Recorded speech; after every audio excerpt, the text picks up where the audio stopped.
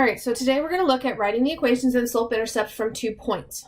In essence, this is going to combine what we did in the last section and a couple sections back, where we wrote in point-slope form from 2 points, and then converting to slope-intercept form. So we're just combining those two things into one. All right, so we're going to find the slope using the slope formula, m equals y2 minus y1 over x2 minus x1. Then we're going to pick either point. Does not matter which point, it's going to come out the same, and I'll show you this on the first example that we do. So we're going to choose either point and plug into point slope form. And then finally, we're going to convert using our steps to go to slope intercept. All right, so I'm given the point 4, 7, and 5, 1. So first thing I want to do is I want to find slope. So I've got x1, y1, x2, y2, and I'm going to get 1 minus 7 over 5 minus 4. Okay, 1 minus 7 is negative 6 over 5 minus 4 is 1. So I've got a slope of negative 6. So now I'm going to pick the first point. Like I said, I'm going to work this twice so you guys can see it doesn't matter which point I pick, it should come out the same. All right, so plugging into point slope, I'm going to start with the first point there. We get y minus 7 equals negative 6 times x minus 4. First thing we do is distribute the slope. So we get y minus 7 equals negative 6x. Negative 6 times 4 is a positive 24. Add 7 to both sides. And I get y is equal to negative 6x. So 24 plus 7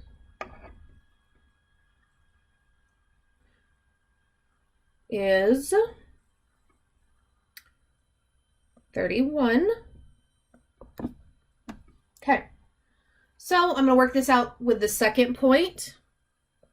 And I'm going to change colors for that. There we go. All right, so plugging in using the second point, plugging into point slope form, we get y minus 1 is equal to negative 6 times x minus 5. Distribute our slope. We get y minus 1 equals negative 6x. Negative 6 times negative 5 is a positive 30. Add 1 to both sides.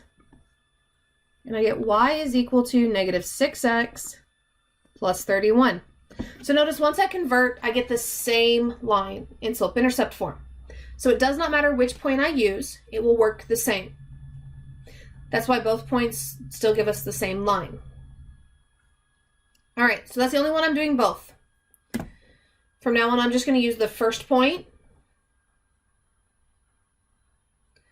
So if I've got the point negative 1, 7, and 8, negative 2,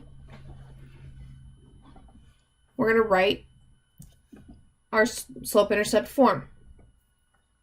So first thing I want to do, find the slope. So I'm going to get x1, y1, x2, y2. So we get negative 2 minus 7 over 8 minus a negative 1, which becomes plus 1. Negative 2 minus 7 gives me a negative 9 over 8 plus 1 is 9, and negative 9 over 9 is negative 1. All right, using the first point, plug into point slope form, and then convert. So we get y minus the y value, which is 7, equals my slope, which is negative 1, times x minus negative 1. And remember, when I minus a negative, what happens? Becomes plus. So we get x plus 1 there. Okay, now what we're going to do is distribute that slope. So we get y minus 7 equals negative x minus 1. Add our 7 to both sides. And I get y is equal to negative x plus 6. Okay, looking at another one. 3, 5 and negative 3, 9 are my points. So we're writing this in slope-intercept. So I'm going to do 9 minus 5 over negative 3 minus 3. Well, 9 minus 5 is 4 over negative 3 minus 3 is negative 6. And that simplifies, because 4 over negative 6 does simplify to negative 2 over 3. So there's my slope. Now I'm just going to use the first point. So we get y minus 5 equals negative 2/3 times x minus 3. All right. Going to distribute my slope. So I get y minus 5 equals negative 2/3 times x. And then negative 2/3 times negative 3 is going to give me a positive. 2 times 3 is 6. 6 divided by 3 is 2. Now we move our constant. Add 5 to both sides. Get y is equal to negative 2/3 x plus 7. Not too bad, right? All right, we're going to do 2 more. So I've got 3, 4, and 5, 4. So let's look at what this is going to give us. So we've got 4 minus 4 over 5 minus 3. Well, 4 minus 4 is 0. 5 minus 3 is 2. Any time 0 is over the number, we get 0.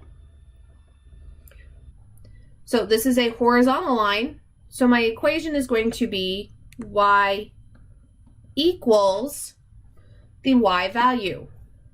So in this case, 4. This 4 would be my y-intercept there. When I have horizontal and vertical lines, it doesn't matter what form they ask me in. There's only one form it can go in. Okay, it's either going to be y equals or x equals.